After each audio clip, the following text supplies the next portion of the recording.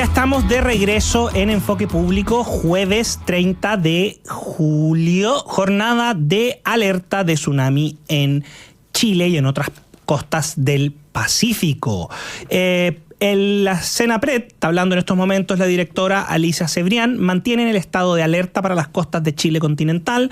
En el caso de Rapa Nui, Isla de Pascua, ya pasó de alerta a advertencia, cambia la tipología y se está reportando que, por ejemplo, en Coquimbo, ahí la cuarta región, en el dial nos pueden escuchar en la 100.3, las olas alcanzaron 60 centímetros de altura. Saludemos a quienes hacen posible este espacio.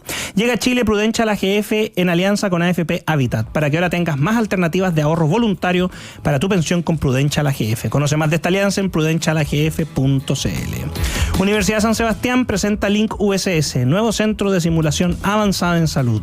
Tecnología y equipos de entrenamiento de clase mundial para una nueva era de la salud en Chile. Empresas de seguridad muchas, pero para cuidar tu negocio solo vas a querer la que te dé más confianza. Aire Security, con más de 20 años de experiencia en servicios de guardias de seguridad y soluciones tecnológicas para brindarte la tranquilidad que necesitas. Contáctanos a través de nuestra página web a www.airesecurity.cl. Cuando una persona se enfrenta a la justicia se siente nerviosa y asustada. En VG Abogado te damos tranquilidad porque somos especialistas en temas penales. Confía en nosotros, defendemos tu verdad. Contáctanos en bustosgomez.cl. Engie, generamos energía limpia desde Arica a Chiloé, apostando por un impacto positivo en las personas, las comunidades y el planeta. Engie, juntos transformamos la energía de Chile. Bien, y mientras acompañamos en esta tarde de jueves a todos aquellos que ya van de regreso a sus hogares, los que van en trayecto a su trabajo o todos aquellos que ya se encuentran evacuados preventivamente de las ciudades costeras, la pauta noticiosa hoy día está centrada en los números de empleo, desempleo, cesantía, fuerza laboral.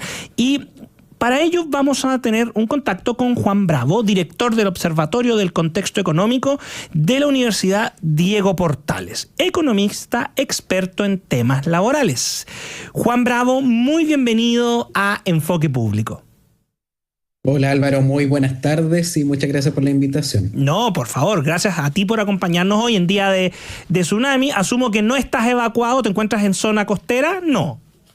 No, estoy Perfecto. Aquí en Santiago, así que... Súper. No, que no hay algunos frescos que querían evacuar en la región metropolitana también por el tren de ola, pero bueno, siempre hay. Oye, Juan, tenemos varias noticias hoy día. Esta es una semana que ha sido particularmente interesante en noticias, ¿no? En materias asociadas al empleo, porque conocimos ayer una nota en el diario financiero, donde se señalaba que Chile se alejaba de los otros países de la OECD respecto de sus tasas de, si me equivoco me corrige, tasa de ocupación, desocupación, para no hablar de fuerza laboral. Y hoy día se conocen las estadísticas oficiales del Instituto Nacional de Estadística, del INE. Y la verdad es que en ambos casos los números no son buenos, pero tampoco es fácil entender, pareciera que está como pegado y luego tenemos un titular hoy día, a raíz de esta información, donde dice que en un año se crearon solo 141 empleos, que salió publicado en un portal digital. Vamos por partes. O sea, ¿cómo entendemos estas cifras? ¿Qué estamos midiendo? La gente se confunde cuando se habla de tasa de ocupación, fuerza laboral, empleo, desempleo. ¿Por qué no ordenamos un poco el debate? Sí, efectivamente, cuando uno mira las cifras y compara el número de ocupados que tenemos al trimestre abril-junio de 2025 con el número de ocupados que había en el mismo periodo del año pasado, el aumento es de solo 141 personas ocupadas. A eso se refiere, ¿cierto? Entonces, con que hay 141 empleos adicionales en el último año, lo cual es una cifra obviamente muy baja. Si consideramos que hace un año atrás se estaban creando empleos a un ritmo cercano a los 300.000 empleos. Entonces, para todos los efectos prácticos, ¿cierto? Un alza de apenas 141 empleos en un año quiere decir que esta economía no está creando empleos. O sea, el empleo está estancado. Ahora, sí es importante señalar a propósito de tu pregunta, ¿cierto? ¿Qué entendemos por ocupado? ¿Cierto? Que del INE y que entiende por ocupado. Una persona ocupada es una persona que realizó un trabajo a cambio de un pago o de una remuneración por al menos una hora a la semana. Ya, ¿Ya? esa es la Y estadística. eso es lo que mide el Ya, ocupado, ¿cierto? ya. Eso se entiende como ocupado, y por lo mismo, ¿cierto? Es que siempre es importante ir haciendo doble clic, analizar el tipo de empleo que se está generando, ¿cierto? Porque justamente esta es una definición muy amplia. Hay gente que trabaja muy pocas horas, ¿cierto? A la semana, hay gente que está haciendo cualquier tipo de empleo con tal de evitar el desempleo, ¿cierto? Pero no es el empleo al que está aspirando. Entonces, esto solo nos dice el número de ocupados totales, que obviamente es una cifra importante, pero siempre luego hay que complementarla con cifras de creación de empleo. Y luego, ¿qué entendemos por desempleo entonces? Son personas que buscaron activamente un empleo durante Perfecto. las últimas 4 semanas, pero no lograron encontrarlo. Y ahí entonces lo que estamos viendo es que la tasa de desempleo llegó a 8,9%, suben 6 décimas respecto al mismo periodo del año anterior, y eso tiene que ver justamente con este empleo que se ha ido desacelerando, ¿cierto? Paulatinamente, hasta que llegó a un momento en donde se estancó, ¿cierto? Donde ya esta economía no está creando empleos, y eso entonces lleva a que tengamos una tasa de desempleo más alta, en definitiva, porque no se crean empleos, pero se siguen incorporando personas a la fuerza laboral. La fuerza laboral aumentó en casi 61.000 personas en el Claro. último año, ¿cierto? O sea, se siguen incorporando personas que desean prestar sus servicios de trabajo en el mercado laboral y no están encontrando, porque justamente entonces el ritmo de creación de empleo no es lo suficientemente dinámico.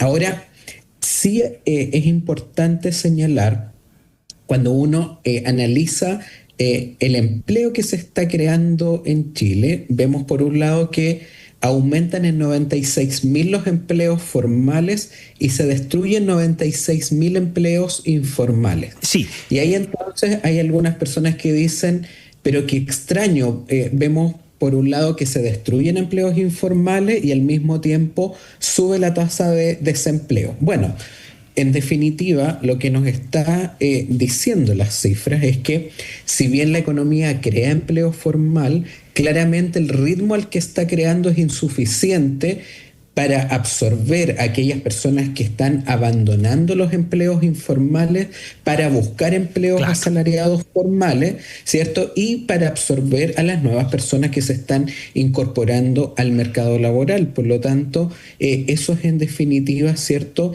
lo que, como uno podría resumir lo que está ocurriendo hoy en día. Ahora, Juan, en ese orden de idea, interesante varios temas, te quiero llevar algunos otros datos a ver si los podemos ir conversando, porque, por ejemplo, las personas desocupadas, se ve en esto, con esta aclaración que tú nos haces, dice que hay un aumento del 7,2% y que ese aumento tiene dos explicaciones según el Instituto Nacional de Estadística. ¿Qué ocurre? Dice que sería, por una parte, los cesantes, y ahí podemos ver quiénes son los cesantes, pero también, y con una cifra muy importante en este factor, las personas que buscan empleo por primera vez. Desglosemos esto. ¿Quiénes son los cesantes? ¿Son los mismos que los desocupados? Pareciera que no a la luz de esta lectura, ¿o sí? Si nos puedes explicar. Sí, ese es un error bastante común, que se usa la palabra cesante como que fuera lo mismo que desocupado o desempleado. Y la verdad es que los desocupados o desempleados se dividen en dos grupos. Perfecto. En los cesantes, que son aquellas personas que no encuentran trabajo, pero han tenido un trabajo antes. Eso Ya. se entiende como un cesante, alguien que tuvo antes un empleo y ahora está buscando trabajo y no lo encuentra. Y justamente el otro grupo de los desempleados son los que buscan trabajo por primera vez, o sea, personas que antes no han tenido una ocupación y entonces salen por primera vez a buscar trabajo y no lo encuentran. Ya. Y entonces, en definitiva, los cesantes son un subconjunto Eso, de ya. los Perfecto. Juan, pero hay una pregunta. Cuando tú dices los que tuvieron empleo y ahora no tienen y están buscando, ¿ese tuvieron empleo es con esta definición de la persona que trabajó a lo menos una hora ya? Exactamente, ya. Exactamente. Y ahí vamos a seguir analizando estos datos. Estamos conversando con Juan Bravo, director del Observatorio del Contexto Económico de la Universidad Diego Portales. Pero ahí tengo una pregunta, porque cuando uno, con lo que estás conversando de la destrucción de empleo, tema formal, informal, si absorbe o no absorbe, más este tema del trabajo una hora o qué sé yo, se ha vuelto este último periodo quizás más intenso los llamados a revisar la metodología con que informa la ocupación, desocupación y estos criterios el Instituto Nacional de Estadística, porque efectivamente hay algunas voces que señalan que no refleja del todo el cambio que está teniendo la economía chilena hacia una economía más informal y que no permite muchas veces ver el tema de largo plazo. ¿Tú crees que esto va a seguir siendo un tema? O sea, que se va a seguir discutiendo la precisión o la necesidad de adaptar y adecuar la metodología del INE en estos temas que estamos conversando. Sí, lo que ocurre es que yo creo que efectivamente hay que seguir avanzando en perfeccionar los análisis. ¿Ya? La verdad es que esta definición es la definición estándar que ocupan los países desarrollados de ocupación y desocupación. Por lo tanto, el INE en la actualidad está adecuado a los estándares internacionales de la OIT y a las mejores prácticas. No hay un problema en sí con lo que se entiende internacionalmente como ocupado o desocupado. O sea, esto lo podríamos encontrar en otros países de los que cumplen con los estándares. Estoy pensando que a los chilenos nos encanta compararnos con, por ejemplo, España, Finlandia. O sea, en Finlandia, en el pueblo perdido, arriba al norte con frío, tienen la misma dinámica que tenemos aquí en nuestro Chile. En este sentido, claro. O sea, si uno piensa en los países OCDE, como todos los que nos gusta comparar, claro. También esta es la definición. Entonces, ¿dónde está el punto? Que justamente uno tiene que entrar a analizar, ¿cierto? Justamente, ¿qué empleos son los que se están creando para entender esa composición? O en el desempleo, ¿es desempleo de larga duración o es desempleo de corta duración? Todos esos son fenómenos que nos van enriqueciendo y nos van permitiendo, en definitiva, entender mejor lo que está pasando. Y ahí, por ejemplo, una métrica muy importante que nos permite un poco entender esa precariedad es el denominado concepto de subempleo. ¿Y qué es el subempleo? El subempleo son personas que en la estadística se clasifican como ocupadas, pero que tienen algún grado de desempleo parcial. ¿Y por qué puede ocurrir esto? Por dos causas. Un primer caso es cuando una persona trabaja por una jornada parcial, pero a esa persona le gustaría trabajar más horas y estaría disponible para trabajar más tiempo y no encuentra un trabajo donde pueda hacerlo. A eso le llamamos subempleo por insuficiencia de horas. Y luego tenemos otro caso, que es cuando una persona tiene educación superior completa, pero está trabajando en una ocupación de mediana o de baja calificación. Por ejemplo, una persona que tiene un título profesional, pero está conduciendo en una aplicación de transporte como chofer. ¿Te fijas? Entonces, y cuando uno mira entonces las cifras, vemos que los subempleados, las personas que están en alguna modalidad de subempleo, han aumentado en 106.000 en el último año. En el último año. En el último año. Y en cambio los ocupados que no tienen subempleo han caído en 106.000. Entonces, te fijas, ese es un elemento que justamente apunta a lo que estábamos conversando. No basta con quedarnos con la cifra agregada de cuánto empleo se está creando, sino que justamente ir empezando a ver esas tendencias. Y justamente entonces lo que nos están diciendo las cifras ya hace mucho tiempo es que lo que está liderando hoy día la generación de empleo es el subempleo. Y eso, como yo te comentaba antes, son personas que están ocupadas pero que sufren de un desempleo parcial y que en la estadística no son contabilizadas como desocupadas, justamente porque trabajan al menos una hora a la semana. Entonces, primero tenemos un subempleo galopante y ya hace mucho tiempo. Lo otro, respecto al desempleo de larga duración. Este es un fenómeno que para mí por lo menos es uno de los más alarmantes desde el punto de vista social. ¿Y por qué? Porque el impacto negativo que tiene el desempleo depende en forma crucial de su duración. Cuando el desempleo dura mucho tiempo, ahí es cuando hay más riesgo de que la persona caiga en la pobreza, porque se empiezan a acabar los ahorros, ¿cierto? Ya no hay giros del seguro de cesantía para los que tenían acceso al seguro de cesantía. También hay más riesgo de sufrir enfermedades físicas y psicológicas como ansiedad o depresión. Y el capital humano se empieza a depreciar al llevar tanto tiempo, ¿cierto?, sin poder trabajar, y eso genera un círculo vicioso porque eso dificulta aún más el lograr la empleabilidad posteriormente. Entonces, es súper importante que distinguir el alza del desempleo entre desocupados que están en desempleo de larga duración y los que llevan menos tiempo. Perfecto. Y ahí lo que estamos viendo en los últimos números es que los desocupados que están en desempleo de larga duración suben en 25.000 en el último año. Uh-huh. Y esto venimos viendo alzas del desempleo de larga duración en forma persistente hace más de un año. Entonces, esto es bien preocupante en definitiva porque, de nuevo, el impacto social negativo del desempleo depende en forma crucial de su duración, y vemos una persistente alza del desempleo de larga duración. Estamos conversando con Juan Bravo, director del Observatorio del Contexto Económico de la Universidad Diego Portales, economista experto en temas laborales. Juan, y ahí en un tema interesante, una reflexión quizás, pero claro, aquí se está juntando quizás dos malas cosas. El alto número de las personas que buscan empleo por primera vez, los que están incorporándose a la fuerza laboral, que podemos presumir que son muchos, perdón, la fuerza laboral no, que están buscando trabajo por primera vez, que podemos presumir que muchos son jóvenes que acaban de salir de su enseñanza media o técnico profesional, pero y además con esto otro que tú nos estás indicando acá, que es el desempleo de largo plazo. Ahí se produce como un efecto bien particular en materia social, porque en el fondo la gente nueva no está pudiendo encontrar trabajo, pero puede pasar en una familia, en un hogar, en donde el jefe de hogar o la jefa de hogar estén desempleados de largo tiempo, y además que los integrantes que salen a buscar por primera vez tampoco encuentren, ¿correcto? Ese es un escenario que se puede dar con estos números. De hecho, es bien interesante el fenómeno del desempleo porque, a ver, cuando uno mira la tasa de desempleo efectivamente es más alta entre los jóvenes. Eso es un hecho. Sin embargo, cuando uno mira, en cambio, la duración del desempleo, la mayor duración del desempleo ocurre entre las personas de mayor edad. Perfecto.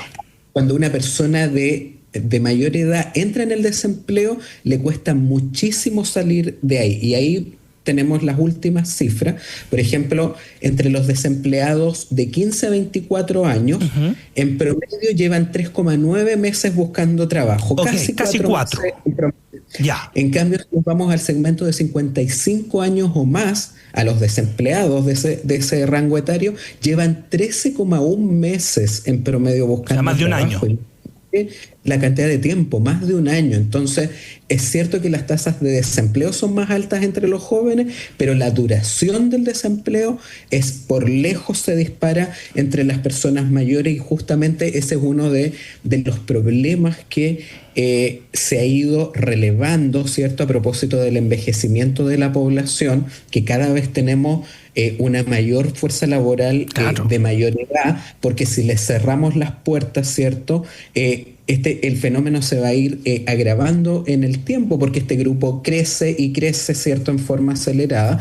Entonces, es complejo que por un lado se le pida, ¿cierto?, a las personas mayores que ojalá puedan contribuir por más tiempo en el mercado laboral, y al mismo tiempo se le cierran las puertas, y que cuando una persona mayor cae en el desempleo, después le cuesta mucho salir de ese estatus. Sí, ahí claro. Tenemos claramente un serio problema y una discordancia, ¿cierto?, entre lo que se dice que sería el ideal, que las personas ojalá pudieran trabajar por más tiempo y mantenerse activas en el mercado laboral, y lo que realmente el mercado laboral les permite, ¿cierto?, acceder al empleo. Juan, y ahí también otro tema de reflexión, ya después te quiero llevar a otra cifra, pero antes de salir de la cifra, este tema está muy interesante para los que nos escuchan.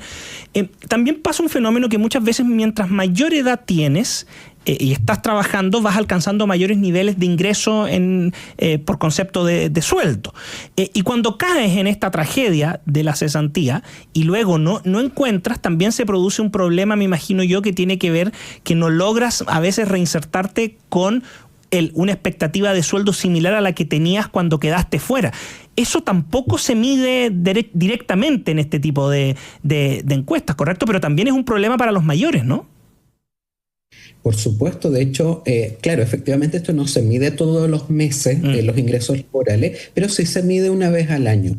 Y cuando vemos el patrón de ingresos laborales, lo que uno ve es que, claro, cuando las personas, las más jóvenes, ¿cierto?, tienen bajos ingresos laborales porque no tienen experiencia, claro, ¿cierto? Y ya que van avanzando, empiezan a ganar experiencia, más productividad y va subiendo el ingreso laboral. Y esto llega a un pic por ahí entre los 40 a los 50 años. Eso es más o menos la década donde las personas llegan a su máximo nivel de ingreso en promedio de ingreso laboral.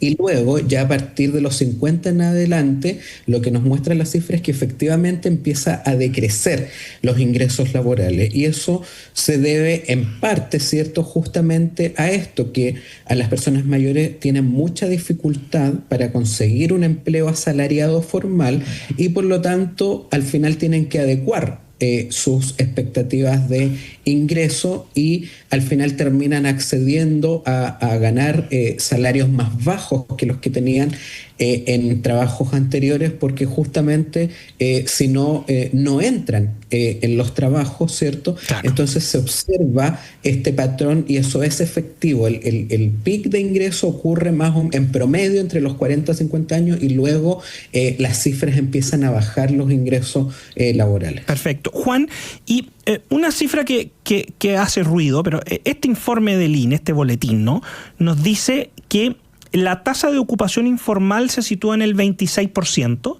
y hemos visto en los últimos informes que está 27, 26, o sea, en el fondo hay un 25% en promedio. Para los que nos están escuchando, cuando te dicen que la tasa de ocupación informal es de 26%, ¿esto significa que 1 de cada 4 personas que se declaran como ocupados lo es informal? ¿Eso es lo que está reflejando esta estadística? Claro, efectivamente, eso es, que de 1 de cada 4 ocupados aproximadamente, ¿cierto?, de quienes tienen un empleo, lo hace en un empleo informal. Ahora, ya.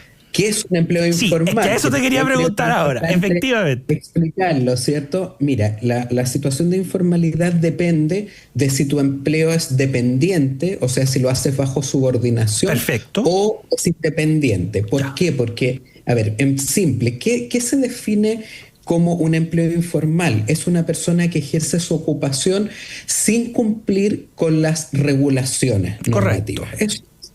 Entonces, cuando la persona es independiente, se le considera que es informal cuando no registra su actividad ante el Servicio de Impuestos Internos. Cuando no boletea. Pues, cuando no boletea o cuando tiene un negocio, ¿cierto? Perfecto. Y no ha hecho el registro de la actividad ante el servicio, no hace la declaración mensual, impuestos, etc. En cambio, cuando el trabajador es dependiente, o sea, trabaja bajo subordinación, tiene un jefe, cumple horarios, órdenes, etcétera, entonces se le va a clasificar como informal si el empleador no le paga las cotizaciones de salud o de pensión, ¿ya? Perfecto.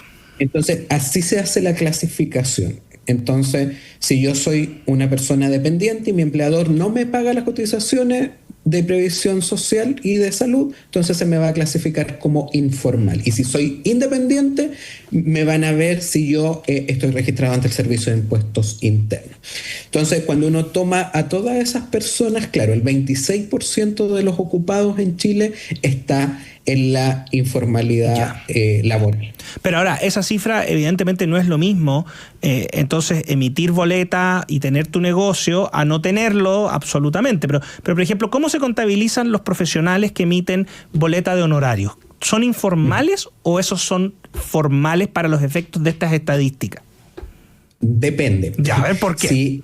Depende. Si el profesional trabaja como independiente. Sí. Suponte, por ejemplo, un consultor, Ya. ¿cierto? Y trabaja como independiente, tiene su consultora, entonces emite una boleta de honorarios por su trabajo. Es formal, esa persona es Ya. formal, porque como es independiente, ¿cierto?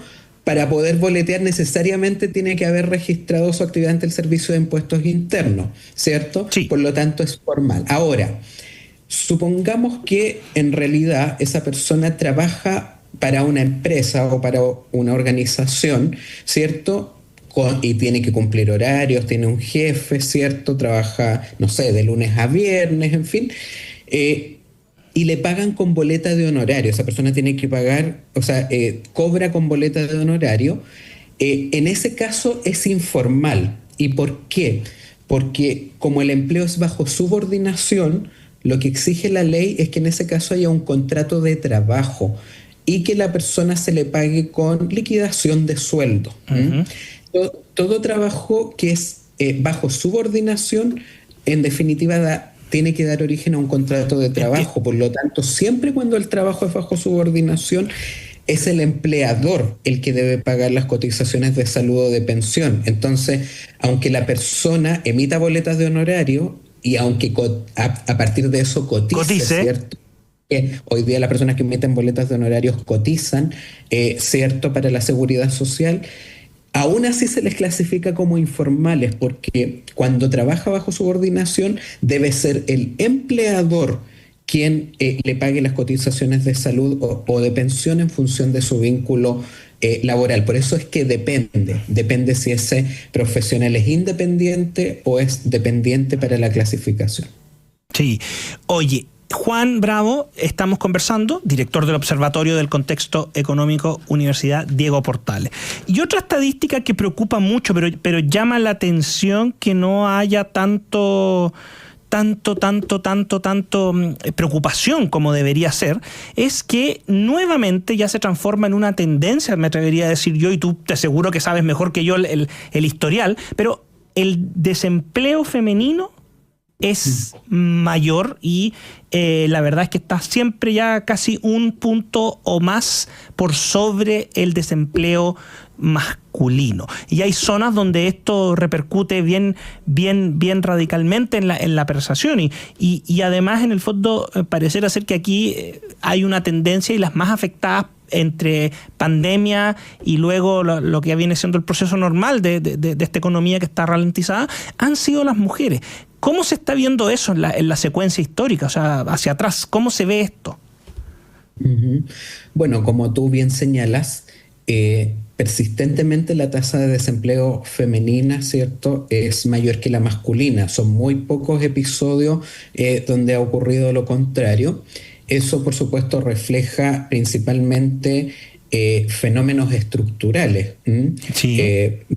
debido a que la legislación laboral encarece la contratación femenina respecto a la masculina. Entonces, eso lleva, ¿cierto?, a que las mujeres enfrenten mayores dificultades de empleabilidad y eso se traduce, ¿cierto?, en que persistentemente la tasa de desempleo de mujeres sea más alta. En el dato que conocimos hoy, ¿cierto?, la tasa de desempleo de mujeres llegó al 9,9%, o sea, prácticamente está ya en los 2 dígitos. En el caso de los hombres fue 8,1%. Por lo tanto, esta brecha de género en materia de desempleo, en definitiva, ha ido aumentando, porque está aumentando el desempleo mucho más en las mujeres, y tiene que ver con esas mayores dificultades de acceso. Así que, pero claro, eso es lamentablemente un fenómeno estructural. Hay acciones que lamentablemente los políticos no han logrado ponerse de acuerdo, por ejemplo, en un cambio de la legislación de sala cuna, que es un fenómeno, o sea, es una ley que sabemos que encarece la contratación femenina, y a pesar de que hay un acuerdo más o menos transversal de que es una legislación que debe cambiarse su diseño, la forma en que se financia, la forma en que se otorga ese beneficio, lamentablemente la clase política ahí no ha llegado a un acuerdo y llevamos años, ¿cierto?, esperando porque esto se cambie. Efectivamente. Y acá lo que revela este informe, esta última encuesta del INE, es que el incremento es las mujeres quedaron con una tasa de desempleo del 9,9 y según las autoridades la explicación radica que aumentó la fuerza de trabajo en un 1,2% y solo aumentó un 0,2% las mujeres ocupadas. O sea, cuando aumenta la fuerza de trabajo significa que hay más mujeres disponibles y dispuestas buscando trabajo. ¿Esa es la estadística? Efectivamente, la fuerza laboral femenina está creciendo mucho más rápido que la de los hombres. Eso quiere decir que se están insertando, ¿cierto? Incorporando a participar en el mercado laboral con mucho mayor fuerza. De hecho, cuando uno mira las cifras de empleo, en el caso de hombres, se destruyen casi 7.000 empleos en el último año. ¿Ya? Y en el caso de las mujeres aumentan 7.000. Entonces, ¿cómo se explica que a pesar de que en los hombres se destruya empleo y en las mujeres haya una leve creación de empleo, aún así suba más la tasa de desempleo de las mujeres? Porque precisamente se están incorporando en un mayor grado las mujeres a querer trabajar en el mercado laboral, ¿cierto? Pero lamentablemente, como mencionábamos al principio, ¿cierto? Esa creación de empleo es insuficiente. Entonces, ahí la reflexión es que, claro, es positivo que la tasa de participación femenina suba, ¿cierto? De hecho, la tasa de participación femenina sí ya recuperó los niveles prepandemia, a diferencia de los hombres. El problema es que no sacamos nada que suba la tasa de participación femenina si finalmente no están encontrando trabajo. Y esto podría haberse agravado si efectivamente se aprobaran todas estas iniciativas que, como tú mencionabas, la sala cuna universal, los otros elementos, porque en el fondo van a haber más mujeres ingresando a la fuerza laboral. Exactamente, se está produciendo esa reincorporación femenina, que es algo positivo, pero lamentablemente, ¿cierto?, tenemos una creación de empleo que es insuficiente y entonces esto está perjudicando más a las mujeres en términos de desempleo justamente porque ellas se están reincorporando ahora a un ritmo más rápido. Ahora, por un lado, ¿cierto?, tenemos los elementos que perjudican específicamente la empleabilidad femenina, pero obviamente aquí el factor fundamental detrás de la débil creación de empleo, el primario, es nuestra baja capacidad de crecer, en definitiva. O sea, si miramos la última década, entre 2014 y 2024, la economía chilena ha crecido al 2% en promedio. Muy bajo. Entonces eso es demasiado bajo. Con ese crecimiento tan mediocre, la verdad es que no es de extrañar, en definitiva, que tengamos una tasa de desempleo que a partir de 2015 ha ido paulatinamente al alza, ¿cierto? Y eso tiene que ver con que, claro, cuando una economía crece poco, ¿qué significa que una economía crezca poco? Significa que el ritmo al que aumenta la producción de bienes y servicios aumenta poco, y como aumenta poco, ¿cierto?, las necesidades de contratación también aumentan poquito. Y por lo tanto, entonces, eso significa que el mercado laboral tiene menor capacidad justamente de absorber a las personas que se incorporan a la fuerza laboral. Y eso entonces se ha traducido en que estemos transitando hacia una tasa de desempleo de equilibrio, mucho más alta que lo que veíamos en el pasado, porque es un mercado laboral que hoy tiene menos fuerza, ¿cierto?, para poder absorber a la fuerza laboral. Por lo tanto, la prioridad número 1 hoy día para mejorar el mercado laboral es aumentar considerablemente la capacidad de crecimiento de mediano plazo de la economía chilena. Sí. Bien, pues Juan Bravo, director del Observatorio del Contexto Económico de la Universidad Diego Portales, economista experto en temas laborales, muchas gracias por acompañarnos hoy en Enfoque Público para tratar de entender un poco más estos números y estas cifras. Ok, Álvaro, muchas gracias, que estés muy